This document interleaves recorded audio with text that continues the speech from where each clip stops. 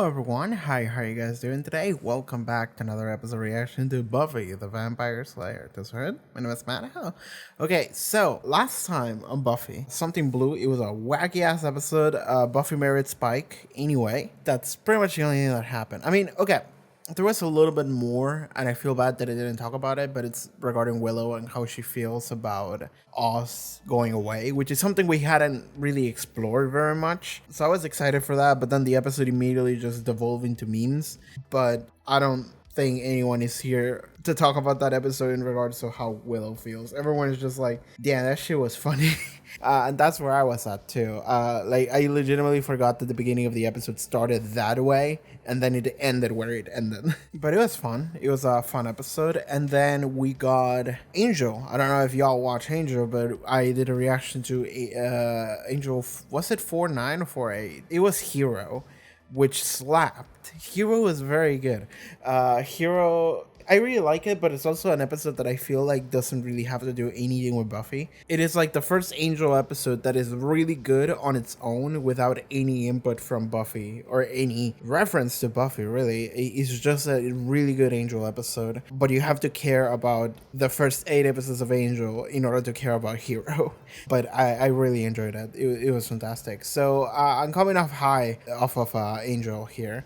So let's see where Buffy goes. Like, that's something interesting to me now that I'm thinking about it, is that Angel has dropped like a couple of really fucking solid and serious episodes in a row on me. And they're like episode 8 and 9, you know? Like, they are just whatever in the middle of the season. And I'm wondering if Buffy would ever do something similar to that. I mean, I feel like we had a couple of those in like season 3, but I feel like Buffy is mostly interested in having like jokey episodes like the one we got last week. And that makes me wonder if there's gonna be a clear distinction between the way the storylines go, like the tone of them between both shows, where Buffy is going to be a little bit more lighthearted, not always, but generally. Meanwhile, Angel is just gonna be a place of misery, which actually I would prefer. So that's an interesting thought.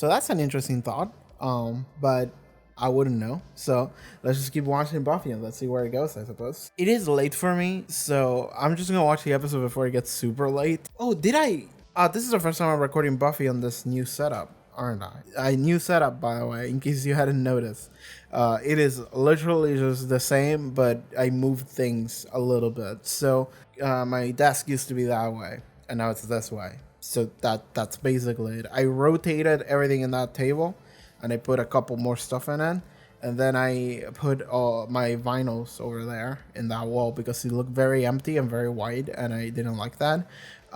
So now we have this going on. I don't know if it will be temporary or permanent. I haven't decided, but we'll see. But yeah, anyway, just addressing the elephant in the room, or the room itself. Check out my Patreon, link in the description below, pop up on screen. You can support the channel and get access to the next 2 episodes. Well, in this case, I am watching 1 episode of Angel 110, I think, and then I'm going to be watching the next Buffy episode. So those 2 are going to be available immediately when this video comes out. I'm always trying to keep 2 videos ahead of that. And also full-length reactions, in case you want to watch my reaction to this and Angel in full. I don't know if y'all care about this, but Doctor Who specials are coming out for the 60th anniversary, and I'm very happy and excited with them. That's also the reason why I'm recording this so late, is because tomorrow I'm gonna get another Doctor Who video that I have to record, and the moment that comes out, that's all I'm gonna care about. So I have to do this before. And it doesn't matter if it's like at 11 p.m. I have to go for it. So anyway, let's begin. Buffy the Vampire Slayer, season 4, episode 10. Let's go. A typical college girl, one assumes. Lie down on my desk. Is this part of the class, or is this also a dream that she's having? Riley, if you could oblige. The fuck are we doing? If I kiss you, it'll make the sun go down.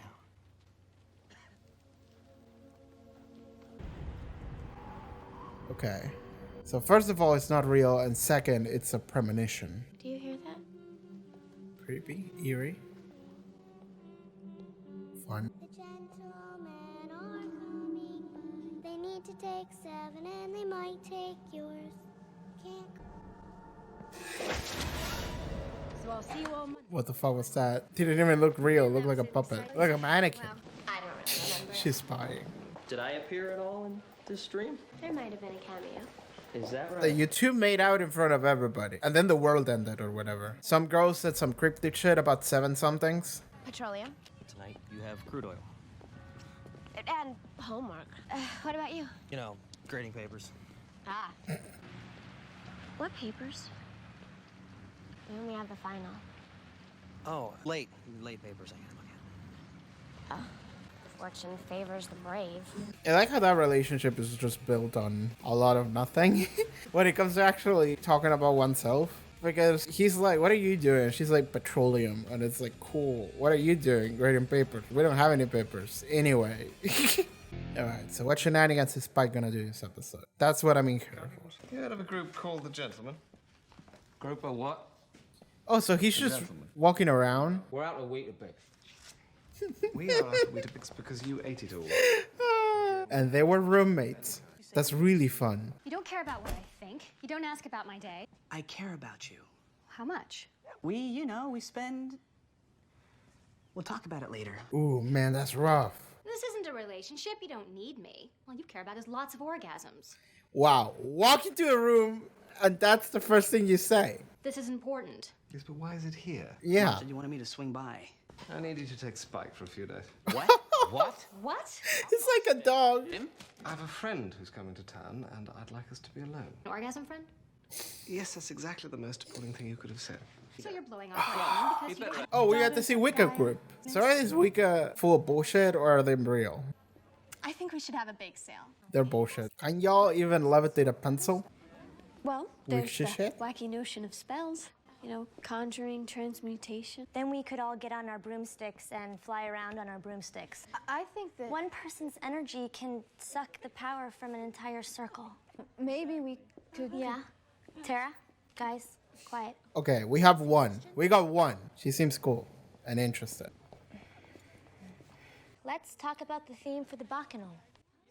Romantic interest? Immediately, I see attention. That's really funny though, that in Sunnydale we'll have a witch group that are not actually a real witch. I'd just like to float something bigger than a pencil someday. What branded drink or we Get drink with it? it, I 7 need Up. my vodka. Facing straight into the camera. I wish I could just come clean. Well, you can't. Buffy's special. You think she's special? She's weird like that. You're a nummy treat. And don't you forget it. We need to get Spike a Nintendo Switch or something. Don't you care about me? Oh my god. Shut up! Olivia. Sorry I'm so late. I- The flight was a horror. Is this the woman that we showed at the beginning of the season? Pretty sure it is. That's enough small talk, don't you think? Oh, that's it? We just get right to it? Okay, cool. That's the type of relationship we have. Oh, I like that we have like a bony man, but due to the shadows, the lighting choices in that scene, 7 children maybe. No, never mind. Due to the shadows of that scene, it really looked like it was a skeleton for a second, including Buffy. That's 5.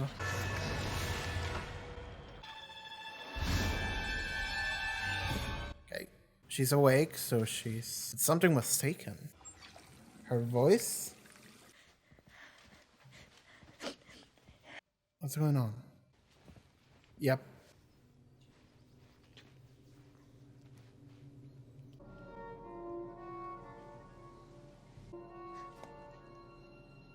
Interesting. What I'm wondering is Willow's voice gone too, or is Buffy's hearing gone? No, it's everyone's voices. Never mind. You can't access it. You need a voice registration, right? Vocal code not accepted. Lethal countermeasures engaged.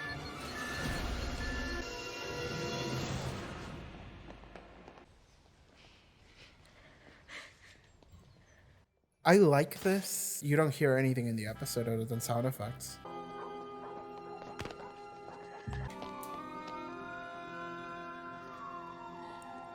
This is so depressing. And it should be. I like it. Everyone's just standing there. Revelations 15. Hi. The entire town has been quarantined due to an epidemic of, as strange as this may sound, laryngitis. It seems the town has been rendered unable to speak. The There's no word yet what might have caused this or what other effects might be seen from this epidemic. It's just a town. I like that this feels like real shit. We don't usually get that in the show. No one can go in or out until the syndrome is identified or the symptoms disappear. What's happening? Yeah, I like that. It's just like, bro, what? So what's interesting is that something that could happen in this episode is that there could be a lot of problems that would be resolved by just talking. Something I say a lot whenever I watch anything is that I look at these characters and I'm just like, just talk, because so many problems could just be resolved by people actually talking to one another. This episode gives me a situation where sometimes there's just no way of talking. Maybe there could be a situation where they're gonna see each other fight. They're gonna be like their secret agents or slayers, and they won't be able to explain themselves. Going right for it, because there's no words. Okay, he's just floating. Oh, they're floating. They're more than one person. Two, three? That was... That's some wild shit. That's some wild shit. I don't know what the fuck we're doing. I like this. This is like a little bit surreal almost. That's really fun. This episode's kind of cool. It's also real fun that I don't feel interrupted talking. Oftentimes that's happened when I'm watching anything. I feel like I shouldn't be talking because other characters are speaking. But this time I'm just like, I can just keep going. Okay. This really is just like a horror movie, isn't it? It's like a horror movie, but it's also like a fantasy movie. Who are these people? Why are they like this? Why are more than one of them? Why are they just smiling? Why are they floating? Why do they have like ghouls that just spin around near them? Why do they take their voices? I have so many questions and I feel like none of them are going to be answered. I mean, some of them. Are they specifically going after Buffy? Maybe not. Maybe they're just going after everybody. Is it? Yep. It's two actually. And the ghouls. The fuck are they doing? Are they gonna operate on him? Do surgery? One of the creepy men has like a bag. What's in the bag? They are going to do surgery on him. This is a nightmare. This is genuinely a nightmare. That's real bad. They're taking hearts? Oh, they need 7. This is Undertale. This is just straight up Undertale. What's wrong with the third one? Oh, she's a really good artist, luckily. Cool. She's a great artist. Holy shit, that's good. Fairy tales. Who are the gentlemen? I need to exposit instead of just giving you the information. They are fairy tale monsters.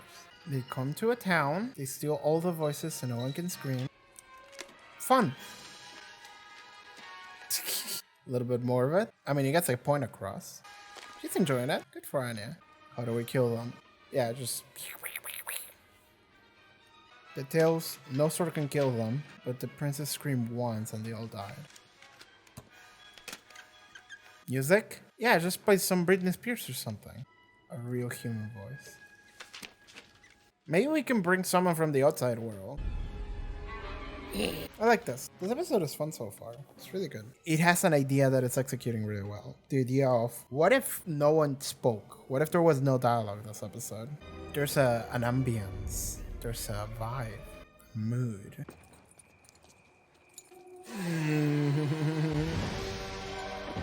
Start running. Whose hearts are they taking? Is it a specific or is it just random people? There's so many cool ideas this episode. The gentleman floating around, all creepy like. Whew. What kind of gun is that? I'm looking at that. What is that?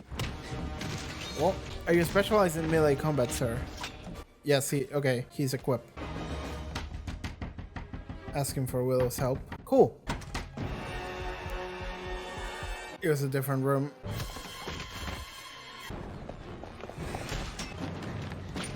For his gun. Oh yeah, okay. They're in the same... Yeah, they're in the same room. Okay, cool. This is weird. And they can't talk to each other. Like, what the fuck are we doing? Okay, fight. It's a lightning gun. Of course it is. Of course it's a lightning gun. It can shoot lightning. It's not a taser. It's a weapon that shoots lightning. Cool kick. He's watching this shit like, damn. Oh, he's drinking off the Kiss the Librarian cup. Oh, yeah, okay.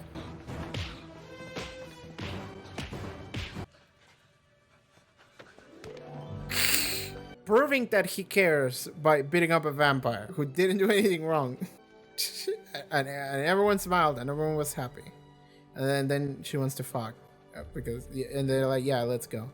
It's fucking like, goddamn. Spike really is the soggy, wet, pathetic kitten of the show now. Like, the show really makes anything happen at his expense. This is a bad plan. Can you move it?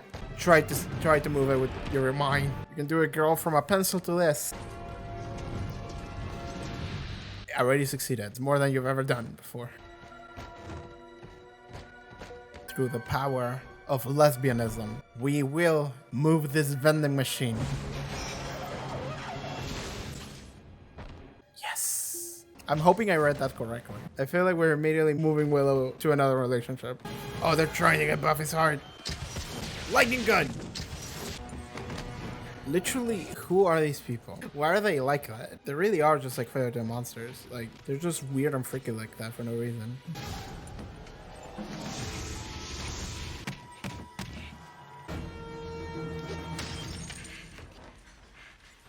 I mean, why would he know what the solution is?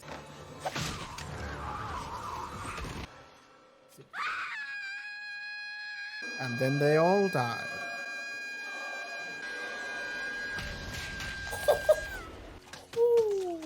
Boy, this is a fun night.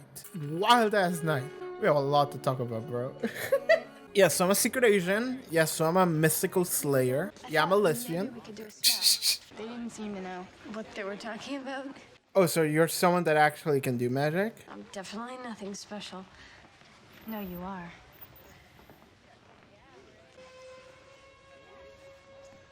You're special. You have a cute hairstyle and a cute smile, and we're talking about spells, sorry. So everything you told me was true? Okay, so this woman doesn't know anything. I wasn't actually one of the original members of Pink Floyd, but... Anyway, so let's talk about the weird shit. It's a lot that just happened. I guess we have to talk. I guess we do. Are we gonna see a talk, or...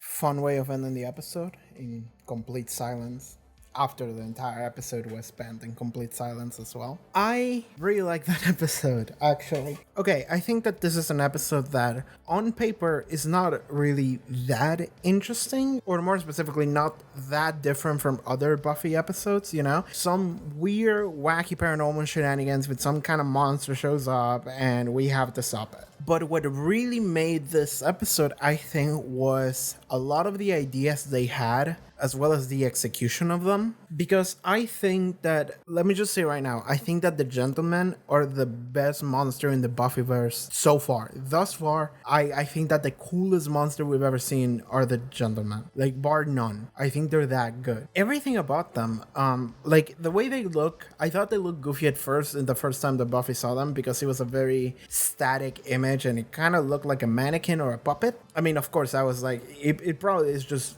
facial prostheses that is not moving at all. But then you see them in motion and they're still like not moving, but they're moving. Like their faces is not moving, but everything else is. They're constantly in this creepy smile expression and they're just looking around, and what's really eerie and creepy about them, everything. So they're just like these white bald dudes. I mean, they look monstery because they are. Their faces are fucked up. They have this creepy smile with like no lips almost, and they have this suits, just black suits. That's it. It's just a black suit, and they float. They just float. They're just hovering as they go through town. And it's not just that, they have like creepy ghouls that come with them. And if it was just a ghoul, if it was just a zombie or something, like that would be that. But it's actually like a little guy. It's just like, and it's like spinning around as they move with them, like a caravan, like a group. And they just go out so casually during the night that I really liked it. Because we've had monsters in the show that are just a monster. They show up, they run around, they sneak around, they burst into houses or doors or whatever. But the gentlemen are literally they just come out casually in the middle of the night. They just casually hover across the city as they're just moving slowly with a couple of really creepy ghouls that spin around them. It's just like 4 of them, and they just like move and they go, creepily floating towards you. It's so weird, and that makes it so fun. I think they are the coolest monster in the entire Buffyverse, bar none. And it's not just that. It's not just the gentleman that was awesome. It was the execution of the idea. And I feel like this had to have been the original idea that made the episode. Like, there was an idea of like, what if we just had an episode where people didn't talk, you know? And then they executed on that idea. Like, the only thing that would have made the episode better, but it would have been more difficult to actually show anything in it, would have been if the beginning of the episode was also everyone was already mute. Like, everyone was already in a place where they couldn't speak. But it would have been difficult to follow what was actually going on in the episode if we had done that. So instead, we spent like a couple minutes at the beginning with a voice, and then a couple minutes at the end with voice. But there's like a 35-minute sequence in the middle where there's nothing. It's just sound effects. And I really like that. Actually, I really enjoyed it. Holy shit, it was good. It almost makes me appreciate character dialogue in the show less because it makes me think, damn, this episode was really good. And it was really good because everyone shut the fuck up. And we got to explore ambience a lot more, actually. And I think they did an amazing job with ambience. Holy shit. Something that really struck to me is that in this show, we don't often see a mood being established. Like in this show, I feel like oftentimes we have no mood. And that is a criticism I've had of the show before, in the sense that it feels like the mood is whatever it has to be in order for a joke to land, which is not a very serious mood, unless the joke requires for a very serious mood. Like, that's what it feels like sometimes. Most of the time, honestly. With some exceptions. Some episodes are too serious in order to have jokes in them. But most of the time, that's kind of what they do. And that's because that's the Buffy dialogue. Like, Buffy dialogue has to be quirky and quippy and clever, when in reality sometimes it's just like, we just gotta shut up and be emotional for a second. And this episode, because it didn't have that in the dialogue, because there was no dialogue, instead it really focused on the mood. It starts with when Buffy wakes up and she goes to the bathroom and brushes her teeth, and she sees this girl walk around, and this girl is like crying, or like there's something wrong with her. She's clearly upset, and she's just like leaving, and Buffy's like, I don't know what that was. Anyway, none of my business. So she goes back into her room. That was the beginning of it, and like that immediately tells you there's something off here. Like, something happened, and that woman was clearly upset by that. And then we move forward into the episode, as we see that everyone is mute, as we see that they stole everyone's voices. And you see how there's people just crying in each other's arms. Everyone is upset, that just with one another in the same room, but everyone is confused and everyone is upset. And then when they go into the town, you can see how everyone in the town, everyone just looks so distraught and so depressed. Like, it really struck to me how you just saw a bunch of people just standing there with like 1,000-year stare, just looking at nothing, just completely shook by this experience, because like it would be unreal, it would be fucked up. Like, there was like a priest or something talking about the rapture or whatever, and it's like, yeah, sure, like this is not only realistic, which I appreciated, because but also it establishes a mood here. It establishes a tone where it's real serious, actually. It feels like a very depressed town. Like, it actually reminded me of... What was the title of the episode? It was not Emma, was it? The episode where Buffy was in Ohio, I think. Anne. I think it was Anne. So in that episode, I remember there were like 1 or 2 scenes where Buffy was walking across the city, and the city just looked so sad. And I think it was really supposed to complement Buffy's feeling at the moment, where she really felt lost. And the city also felt lost. So the city had a real bad case of people being time traveled into the future and aged to death and turning homeless. But in this episode, there was really just a feeling of the setting being sad, the setting being in a bad spot mentally. I really enjoyed that, actually. It was one of my favorite things about the episode. And I think, and like the entire vibe of the episode was really wild and really different from everything we've seen, because it is this creepy thing of everyone's voices is stolen and everyone is sad and depressed and upset, and then the gentlemen come out at night and it turns into this like weird grim tale. It is like a fairy tale, and that is what Giles pulls out of the book. It is like this is a fairy tale, but it does feel like a fairy tale because it's so weird, so fucking weird. And like, that's the thing, I had a moment where I was like, why are they wearing suits? Why do they want the hearts? Why do they float? Why do they have just like weird goo things to just spin around near them? And it's like, that doesn't matter. It really doesn't. That is an aesthetic choice. Everything about the gentleman is an aesthetic choice in order to make it more fairy tale like and also more creepy. I really enjoyed that. So the entire feeling of the episode goes from something that's really sad and confusing, and then it becomes like a fever dream, and then it keeps going. I really enjoy what they did with this episode. Again, like, every single idea for this episode was really fucking good. Everything about the gentleman was really clever. And then also the idea of, what if we had an episode where no one spoke? What if we had an episode where all we heard was sound effects? Because this is the thing, is that we have to hear stuff because there's still audio being shown in the video. So there's gonna be audio, but the audio is only going to be sound effects. And everything where you have to like convey emotion or something with these characters is going to be expressed through acting rather than voice acting, I suppose. Characters just pulling out this like message boards and just writing shit, and it's fun. And it would have been really easy for this episode to backfire. It would have been really easy for this episode to just been a drag to go through. I also think that that's why the gentleman is so fucking wild and freaky, and that's why the entire mood is so different. It's because you have no dialogue to carry you through the episode. You need something else to carry you through the episode.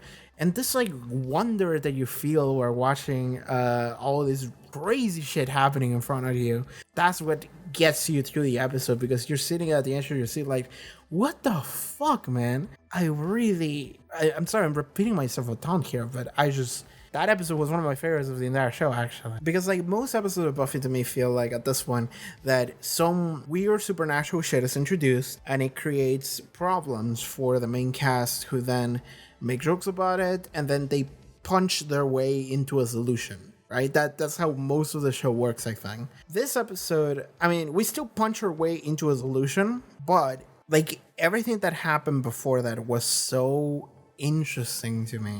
Like most episodes, I feel like we're kind of solving a mystery, in the sense that it's like, well, Giles, why do you find that? Oh, I found out that this group of people, these demons appeared in this time and they are known for this thing. And then it's like, well, what does that mean? And then we go to a different place, we have a different fight, and then we found like a special item, and then we connect the dots, and then we have a final fight where the special item comes into play, and then that defeats the monster, and then we make a joke, and then we have an epilogue. And it's like, okay, that's the formula. This episode completely fucked with the formula because there was no communication, and no communication means that things have to be different. And I really enjoyed that. And what I mean by that is not just like the way the mystery goes, but I mean the way that the episode flows. I feel like a lot of Buffy episodes are characters walk into a room and then they talk to each other and they make jokes and quips, and then they find something out that will progress the mystery, and then we just do that a couple more times and then we fist fight them while something escalates for the worse. This episode, because there's no wacky dialogue to carry you through everything that happened in any given scene, means that everything was just so different. And again, this is a bold episode to make because it could have very easily backfired. Like, I think that when people think about Buffy, a lot of people, most people maybe even, think about Buffy's dialogue writing.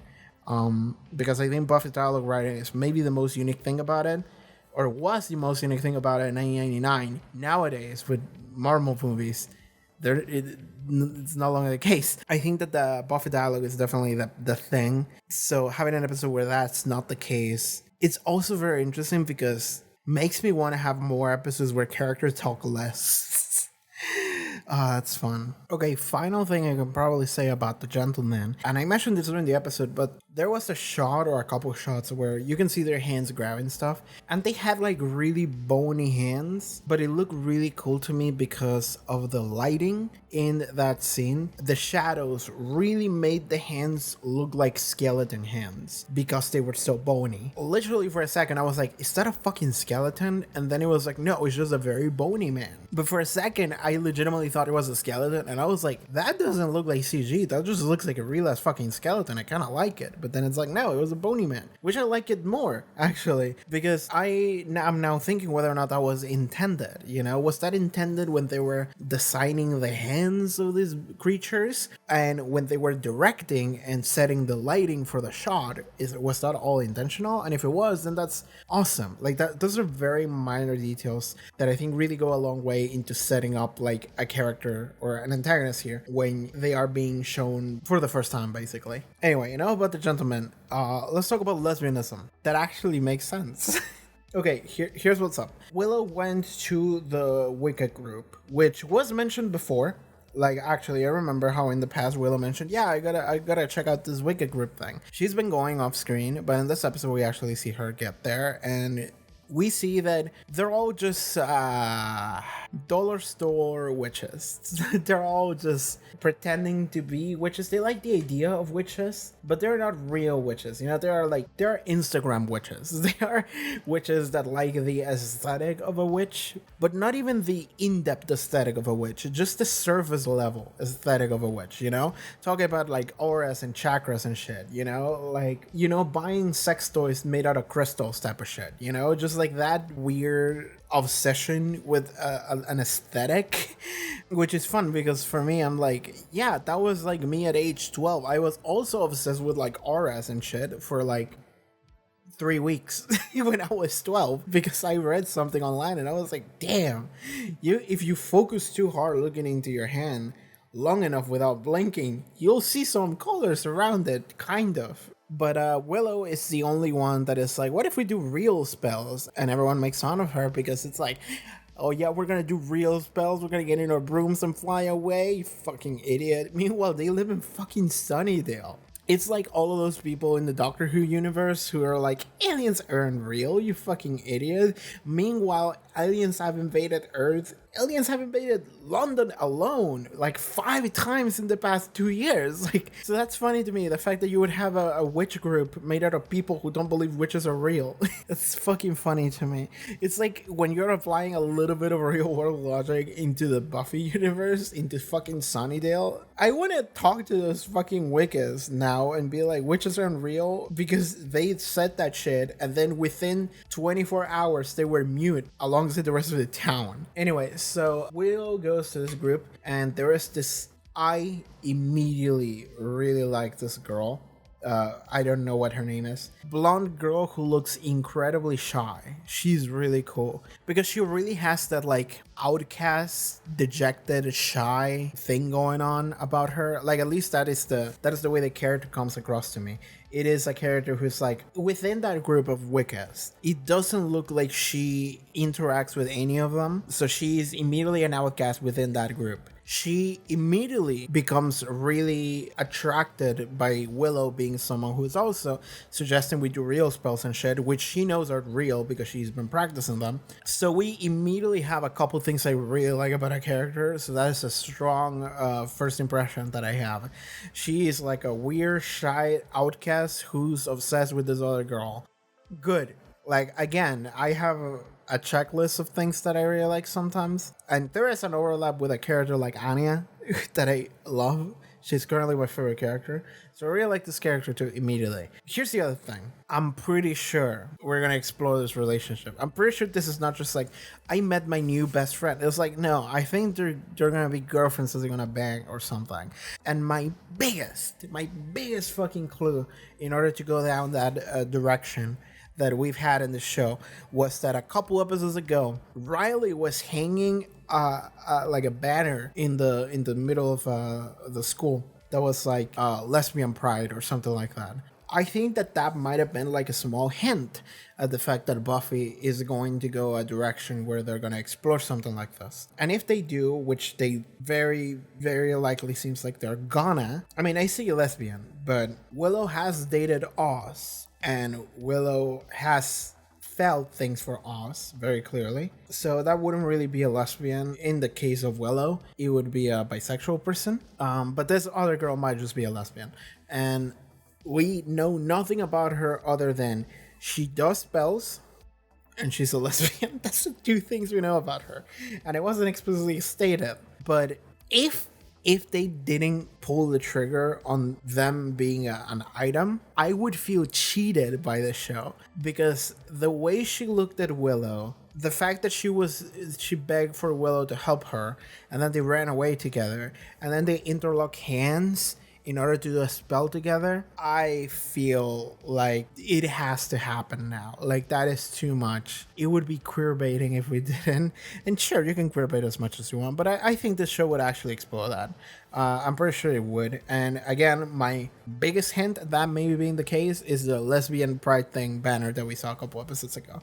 I think that might have been something where they're looking at that and being like, hell yeah, let's do this. What is interesting to me now is that Oz left like 4 episodes ago. And I think Oz left because the actor had like a movie or something that they wanted to do. Like, he just got other work commitments and he was like, you know what, I'm quitting the show. I'm gonna go do this other thing. But that would mean that she was written into the story very quickly if she is going to become a new love interest for Willow. That's very interesting to me because this show spends a lot of time with love interests. Like a lot of time with love interests. I mentioned how Buffy really just goes from one guy into the next one within like 1 or 2 episodes. Like, that is really quickly for Buffy here, and we might be doing the same thing for Willow. And I'm asking this in case anyone knows, because it's a genuine question I'm interested in. How was the production like for Buffy in relation to the airing dates for Buffy? Because I don't think it's probably as archaic as just recording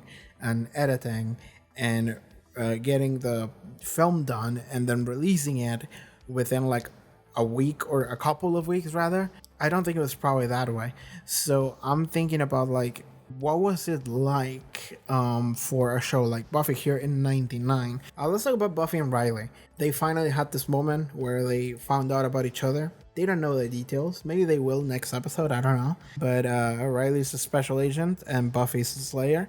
And they lie to each other all the time. And then they found themselves in a situation where they're fighting together against this like weird gentleman demon people. They helped each other because like in a combat situation, it's like, okay, sure, you're my ally, let's go. After that's over, they have to be like, all right, we gotta talk. And then the episode ends literally in complete silence because it's like, we gotta talk. And then it's like, where do we even begin? So they just remain quiet, and that was the end of the episode. And it was kind of fun because again, the whole episode was silent, so it ends in silence as well. I like it. It's kind of cool. But anyway, cat's out of the bag. I'm hoping that they just explain to each other everything. Like, Buffy is like, I'm this mystical slayer thing, and I know it sounds like bullshit, but like, you saw me fight last night, and also we know vampires and shit are real, so like, you have to believe it at that point. And Riley is like, well, I'm a secret agent for the United States or whatever.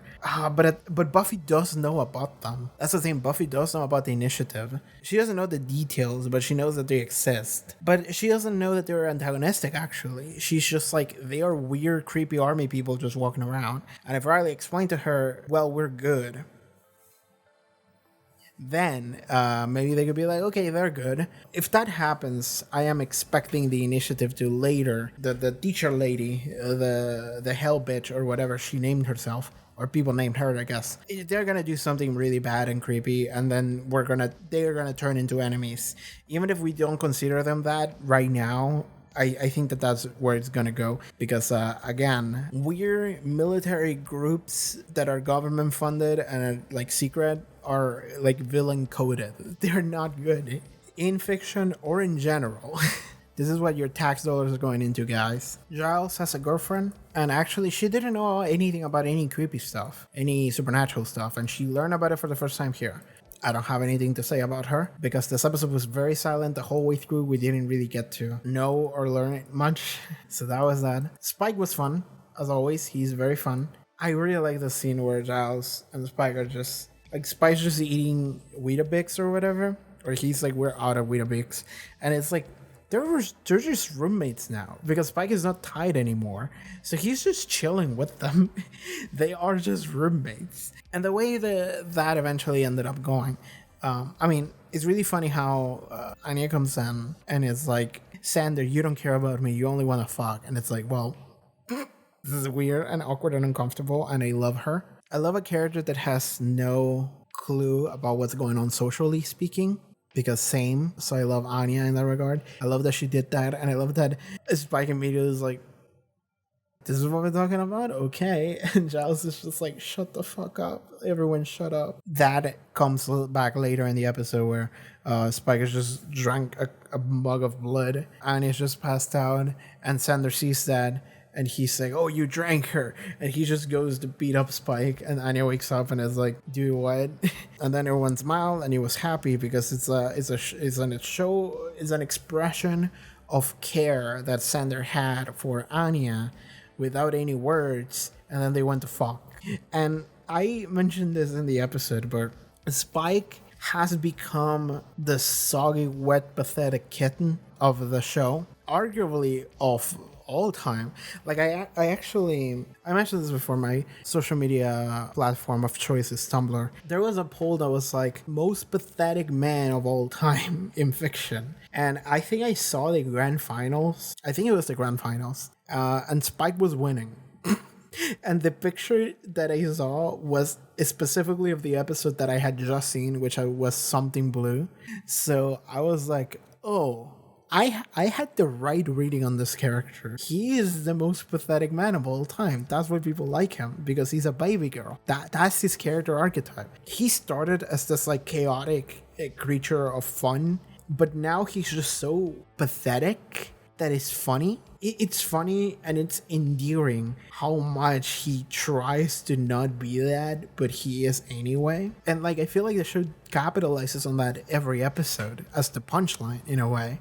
And in this episode, the same thing happens. Like, there's this storyline where it's very minor, but it's Anya feels like Sander doesn't love her, and then Sander shows up and beats the shit out of Spike because he thinks that Spike hurt her, and then they're like, cool, let's fuck now, and that's it. But again, Spike ate shit and was humiliated in favor of other characters. Like, we humiliate Spike every episode, and it's difficult not to like him. I get why people really like this character, because the show itself is transforming itself into a show where we always have to make fun of Spike because he's funny. Honestly, that's great. I love that. I love that so much. I think this is the best thing we could have done with the character of Spike. I don't know what else I can talk about. I already talked about lesbianism, about Riley, about the voices. The gentlemen are cool as fuck. I like how at the end their heads just fucking explode. Because again, this episode has to be wild as fuck. And that is probably the wildest way this could have ended. Like, let me look at them again. Even when their heads explode, they are like fully smiling. But maybe that's just because those were like mannequins that they set up. Like, that was practical effects and they didn't have any expression on them other than the default one, which was the smile. But they were literally just smiling and their heads just explode in green. And it's like, some wow shit. I have no fucking clue what this antagonists were. I fucking love them. I never want to see them again, because if I do, I'm gonna feel cheated. This episode is amazing on its own. High rating for me. I love this one. And the gentlemen, best villains in the entire show. The best antagonists we've ever had. I mean, not so much antagonists, it's just monsters. The best monsters we've ever had. Really fun concept. Really fun execution. Love that. Anyway, I think that's gonna be it for this recording. It's 1 a.m. I'm gonna go. Thank you so much, you guys, for tuning in. See you next time. Alright, everyone, thank you so much for tuning in for this episode of Buffy the Vampire Slayer. If you'd like to watch the next episode, as well as the next Angel episode that I'm going to be watching, check out my Patreon, link in the description below, social media, all sorts of cool stuff that I do. See you guys next time. Take care. Bye-bye.